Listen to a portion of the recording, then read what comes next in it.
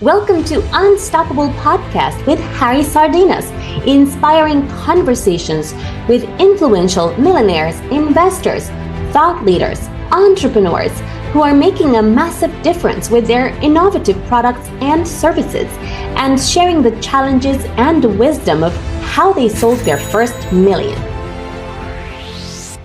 How would you like to make your first million in sales? And we're connected today from London to United States, and we have more women in the podcast. We're very happy that you guys are from US and you are women showing up to my podcast, because so far a lot of males are coming to the podcast. So we have powerful and brave women join us with amazing stories, and they also can help you and can give you the blueprint how you can achieve your first million in sales. So Tanya, can you please introduce yourself?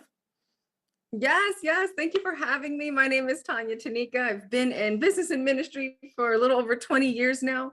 Online, offline, brick and mortars, network marketing, you name it. Wow. I have done a little bit of all. So why you decide to become an entrepreneur in the first place?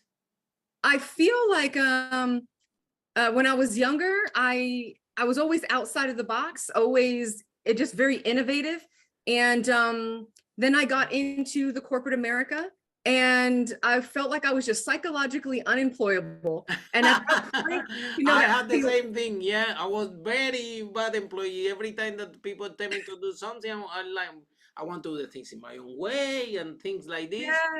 Yes. I wanted to change everything. I was like, this system don't do this can be done better. Yeah. I got your feeling. Yeah. So you weren't in the company and you say, if this was me, I would change everything. Yeah. Everything, yes. Yeah, And the leadership and everything. And so eventually I had a tragic accident, and I made a decision, and I was like, life is sorry to hear about it. Yeah. Let's go. And that was the beginning.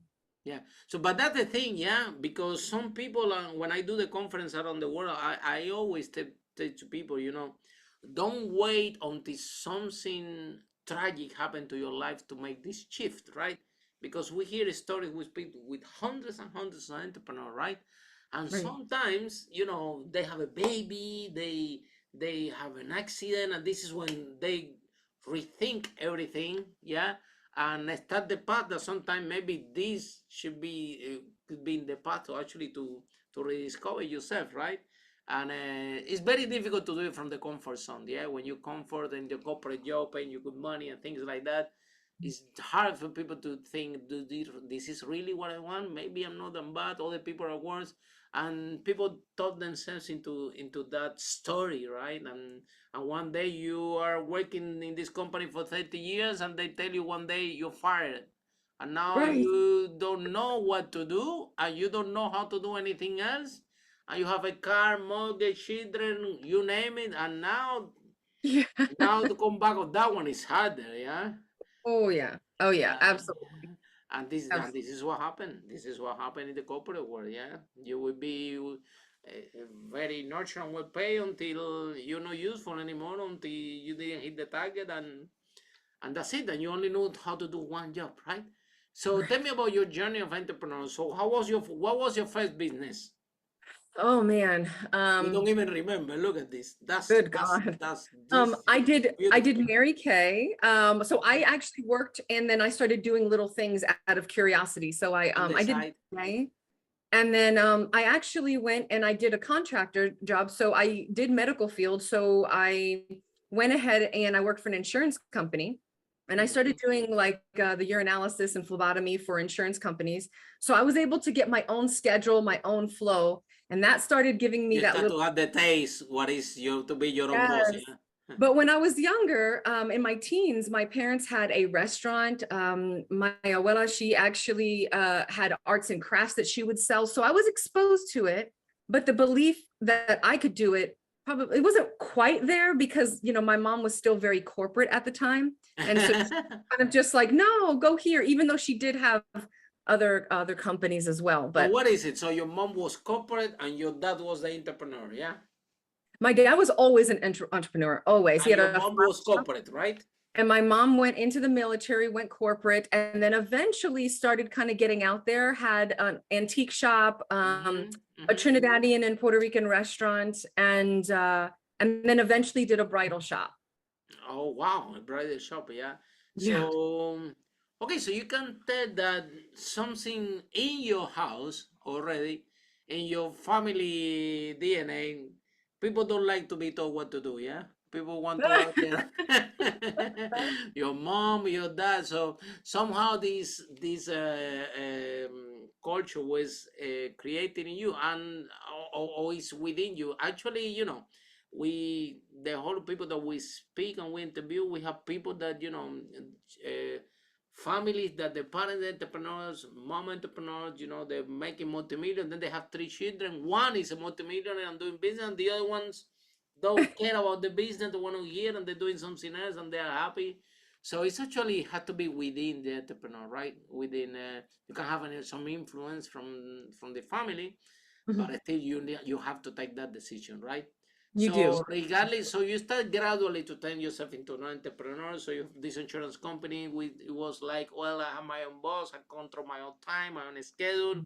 I work if I want, a little type of thing like an Uber thing, you know. I work where I want and I make my own money. If I don't want to work, I don't make money. That give you freedom, yeah. Yeah. So then what happened when you decided that okay, I'm gonna do this business and I'm gonna go for it? The So network marketing company, network marketing is brilliant as well. They done the product for you, so it's brilliant. All you have to do is sell, yeah? yeah, for the most part. So I started getting more into financials and wanting to do more travel and investing and things like that. And so I went into Primerica, and it was a financial institution, kind of is the same network marketing. And but we would sit and help people, you know, kind of plan for their future. And just Ah, sitting there doing, wow. I was like, huh, this is really interesting. And you got to see where people Beautiful. were. And so then right in the middle of that training and everything, my high school sweetheart, I had married him, and we had just bought our house, and in July, and by August, he passed away in a hit and Wow. run motorcycle accident. And Wow. I ended up having to go, I was in Primerica at the same time, and I was also working, and we wanted to do a motorcycle shop. And at that point, I was like, my son just turned 5, and I was pregnant. Mm. And I thought to myself, I'm done. I'm actually done. I'd rather struggle a bit and figure this thing out and just live and do what I would love to do, as opposed to just the 9 to 5, the traffic, the all of that. It was just, um, and I think It was that's pretty much driving you for me. crazy, yeah? I know the Yeah. feeling. I Because I knew know. that I wanted to be with my children and heal. I knew that Yeah. it was time to be a mom. And I think that was the tough part, right? When you're a mom and you're having to also be pulled to work, and then all of a sudden I'm a single mom. I'm a widow at that. Mm. And there's healing and all these things, and I'm pregnant trying to protect my baby. So I'm not trying to grieve too much. I'm trying to stay in a place of joy. So it doesn't communicate to in pregnancy. So there was a lot of emotions and mental stuff going on. And I just, I remember sitting at my desk when I got back, and everything was running just so smoothly. Like my husband didn't just die, like I didn't just buy a house, like all these things. And I thought to myself, this is just not life. This is not living. And I was like, it's enough. And I think there was a situation that happened at the job right after, about like a week or two after. And it's kind of like what you said, you know, you're just kind of an employee. You're, Mm. you know, you can be a liability. I look at it as like a whatever, is how they think of you. And I left.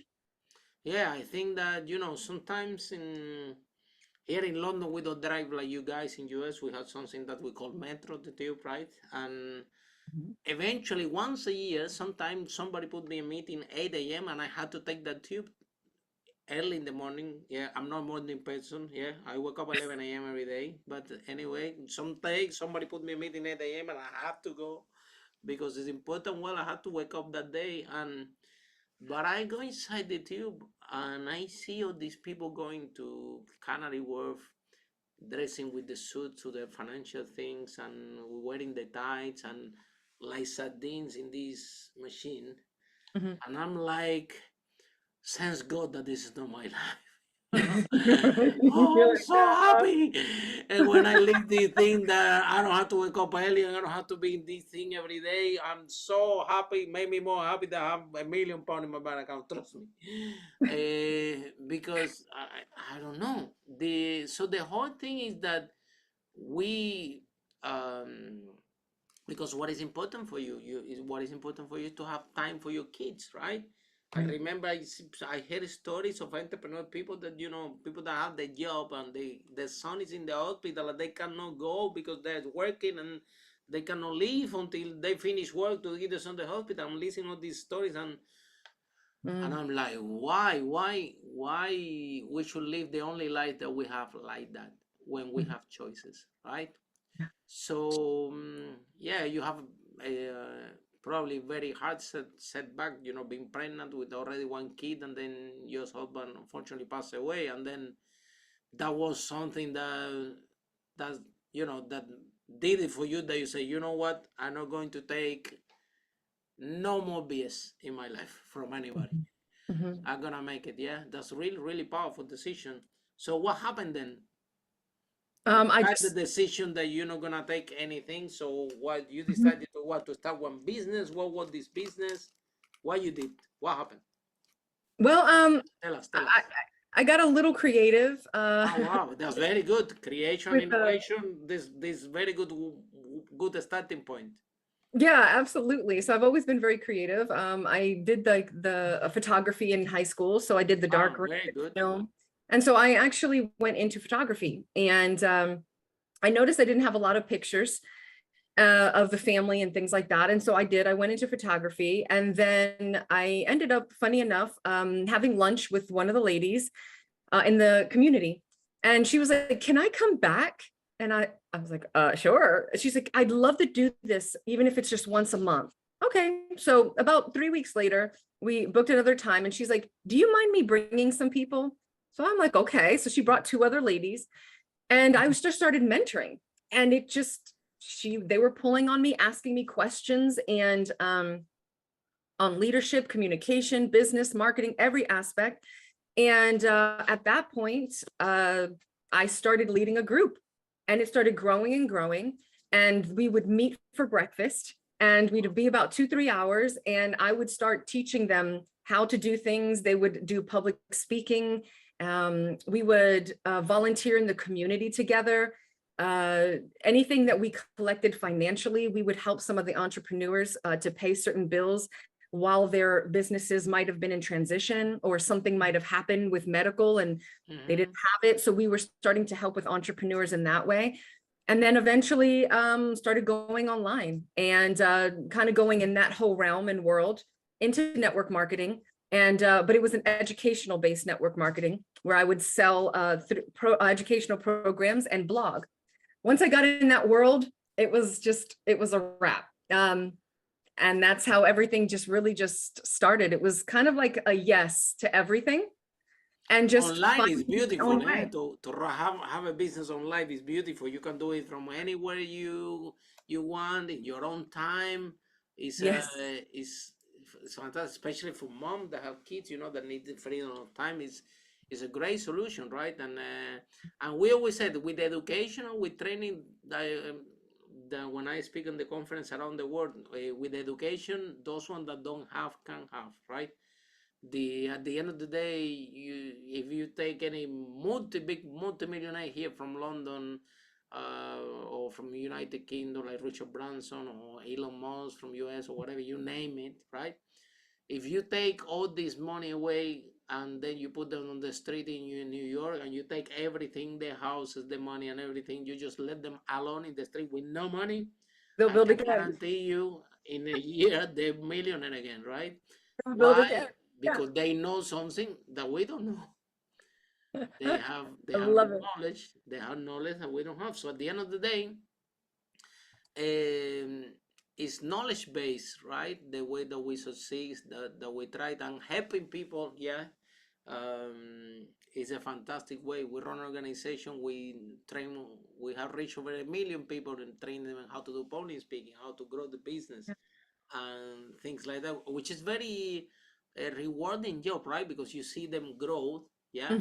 At the same time that you see you see them grow, at the same time that you can put an input in that business, and they become like your children, right? They're like you seeing them grow and glowing, and things are Yeah, working, and they come and ask you question, and it's very yeah, very rewarding, yeah. When they very, fly, very, yeah. yeah, yeah, very fulfilling. So, in your opinion, Tanya, what are the 5 steps that every entrepreneur should be doing out there to achieve the first million in sales? Yeah, I think first and foremost, you want to go faster, get mentorship. And it's not just any kind of mentorship. There's different kinds. And so when you look at it, you're looking at those that are, it's not like they're specific to Facebook, specific to marketing or anything like that. It would be more so that they are very diverse and they understand from mindset all the way to building, automation, scaling. Because a lot of individuals in their launching phase, they're like, I'm going to scale. And I'm like, you're in a totally different phase right now, Yeah. mentally, everything, emotionally, everything you go through. And so I think a lot of times we get mentors, coaches that are just like, hey, I'm going to grow in Facebook. And I don't even like Facebook. It's like, wait, what? So the first and foremost is to get a mentor that is completely diverse in all of the areas and understands the mindset and what it's going to take to get into each level, each transition that you're going to do. And when you need to pivot, what that looks like. The next thing I would say is, which is the core part, they're not in order or anything, I'm just saying, the authenticity. Be truly who you are and confident, because you're going to get all types of kickback and judgment and crazy posts, it just happens. And you have to be really rooted and grounded and secure with what you want to build, right? I look at it as taking all the things that you love to do and that you're good at and get results in, and then taking the getting the end result, reverse engineering it to then build the next system. The next aspect or step, I guess you could say, would be the financial understanding and knowledge. We don't do that enough. We don't look at diversifying our funds as well as diversifying the distribution of our products, right? And so we think that it's only one thing.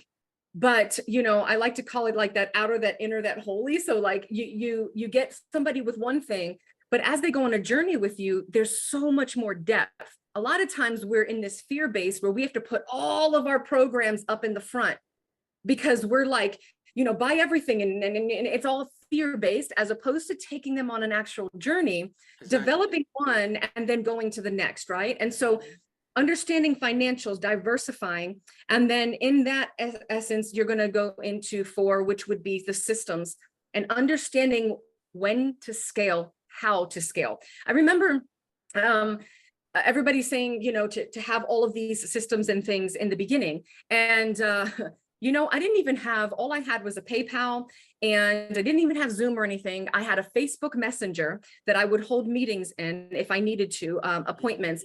And I hit my first 5 figures very quickly, just that. I didn't have any fancy schmancy things. I coached them right through there. And so I think that a lot of times we think that we have to have all of these things, and we put so much investment into a company. The company needs to pay for itself. And there's ways to start free and lean. Might be extra work, but it's wisdom. And then understanding along the way when to scale, when to put in money, and when to hire a team. Huge. So you're not the linchpin, right? And then the number 5, I would definitely say working on communication and leadership skills. Once you get to a certain part of income building and creation, you're going to have to lead people. You're going to have to communicate appropriately your vision, and you're going to want a C-level within your organization, right? Like, you have the chief financial officer, right? We have all these different C-levels. And so you're going to have to lead them, and you're going to have to take a look at what is your exit plan? Is there an exit plan at that point? Because it really determines what you're going to be doing with your company and whom you're going to hire and how they're going to operate. And then you can go ahead and if you want to exit or just oversee, then build other streams and do consulting and maybe kind of change the direction of where you're going and maybe be more of an influencer, more knowledge-based thought leader, whatever it is that you want to do. But I would say roughly, there's obviously other little intricacies, but in a bird's eye view, I would look at those 5. Yeah, that would be fantastic. So, in your experience, right? What can you share with moms out there that they are listening this podcast and they have this corporate job and they're not happy, they just surviving and they're not spending time with the kids and they're committed to this corporate job and what's the message that you have for all these women out there? Also for the women that are starting the business and sometimes that's what happened. They put all the saving in have a huge office, in have the latest IT technology, the latest this, and now Yes. they have the product and the product is not selling and they are stuck. Right. So what message you have for both type of moms? Listen, start simple. Oh my gosh, I literally had a phone, guys, a phone, simple. Like That you was share with that us, was yeah. that was my production. And then eventually I grew and I got a little mic to put at the end. Wanted to get some clarity. That was your investment, yeah? A mic. Yeah. It was like maybe like, it wasn't even very fancy. It had to pay for itself. You're 100% right. Absolutely. And so then what I did was I learned lighting. Instead of purchasing a lot of stuff, I stood in front of a window. I took a look at, that type of stuff. Went to the dollar store or reorganized a sitting area that would be, look nice. Or however, once I got to a place, before then I was just like, people are going to look at your personality, your authenticity, the way that you operate, the love that you operate in, and the value of what you're bringing them, the result. It's always about the result. It's not necessarily always about the package. I waited until I was making over 6 figures before I ever did heavy branding or photo shoots or anything that I paid outside externally, or, even certain assistants and stuff. I might have had certain little help here and there, but for the most part, I focused on learning the company, the functions. So I knew how to look for somebody. I knew what I needed to do and started building those operations, right? Those, we call them SOPs, the standard operating procedures. Yeah. And so I knew how to train individuals. So what I would say to those that are wanting the extravagant everything, start simple. I promise you that that's not going to make you the money. It's not going to make you the money. It's going to be your ability to be confident, your ability to soft sell, okay, and hard sell. There's different kinds of selling. And most of the time we'll be on social media adding all this value and have such a fear of even just saying, hey, this is my offer, and understanding positioning and things like that. So, start simple, and then let your business pour in and save for itself. Take a look at what you're going to pay for yourself and leave, even if you start off with 30% that you pay for yourself, and then the rest goes into your company to grow it. Do it that way. Even with starting off with free platforms and things like that, that that in the future you can scale, and when you pay for it, it'll pay for itself 10 times over. If you're a mom at home, what I would say is first be confident that you're a mom, that you're a woman, that what you're doing at home is absolutely important and vital. Understand your feminine nature and how you multiply and how you give. Why? Because everything that you are will just glow when you're on platforms and stages, and you want to do perceive the right thing, right? We want to make sure that we are giving the right perspective. We're not perfect. You're not in a place of a mistake. Okay. Then from there, figure out what it is that you would like to do. Something that would make you feel great. Something that would bring you joy. Don't overthink it. Just do something fun. You'll start to learn that things build on top of each other. And when you experience one thing, you're like, I'd like to kind of do this instead. I don't know any entrepreneur, any business owner that has ever started and have been in the same situation since when they began. They added something, tweaked something, grew something, changed something to completely different. And then do something like give yourself 30 minutes extra a day, or an hour extra a day. Just start growing in small increments and figure out what you're going to do within that time frame to start building. And definitely mentorship. Again, mentorship is going to help you excel a whole lot faster. But get your children involved. I remember with mine, I would have my daughter wrapped around me here. I would be doing dishes and I'd be listening to a podcast. Like, there was no excuse. And then I'd have a little notepad and I'd be like, okay, social media, okay, Instagram. MySpace was there. Don't you call me old, but MySpace. So I'm kind of sharing a little bit. And so I would write down things that I would get. And then I would sit with it and process it, right? I was in no rush. I had to allow myself the grace, and I had to enjoy being a mom. So if I got anxious, like, oh my gosh, I need to do this podcast or this post, I'd figure out another way. But if my daughter needed me, I would go. Right. Because you see what I'm saying? I'm a mom 100%. first. I'm a mom first. Right. And I'll be honest, I relied on God being my husband. I was just like, okay, the bills need to be paid, whatever, all those things. And I just sat and focused on in that area. So again, if I can say anything for both areas, it's going to be simplicity, but always, always feed your feminine. Always do things, go on walks, take care of your body, watch what you eat, drink a lot of water. I know it sounds so, but this is why it affects everything. Wake up early, or if you're going to stay up late, whatever your schedule is, but discipline your kids to go to sleep and to be on time and to do mommy swaps and whatever you have to do, get it done. Just get it done, but watch your burnout, right? And that's why I talk about the exercise and and how you operate in that.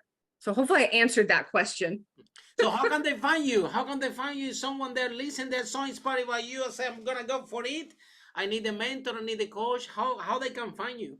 Yeah, you can find me. I'm on Tanya Tanica on every platform. Right now I do an alignable group where I do some mentorship there. I do not have a coaching program anymore, but I do have books coming out, and I do have my app, which was my old coaching program, School of Activation. So you guys can go to just tanyatanica.com to find me as a whole. I will be writing more and doing more music and some other things. So I've shifted from the coaching realm, but I still pour out all of my knowledge. Thank you. Thank you so much. Thank you so much for your time. Thank you so much for your energy. That has been really, really powerful. And for every single woman that listens to this podcast, and for the audience in general, see you in our next episode of how brave entrepreneurs break that wall and achieve the first million in sales. Bye for now. Bye.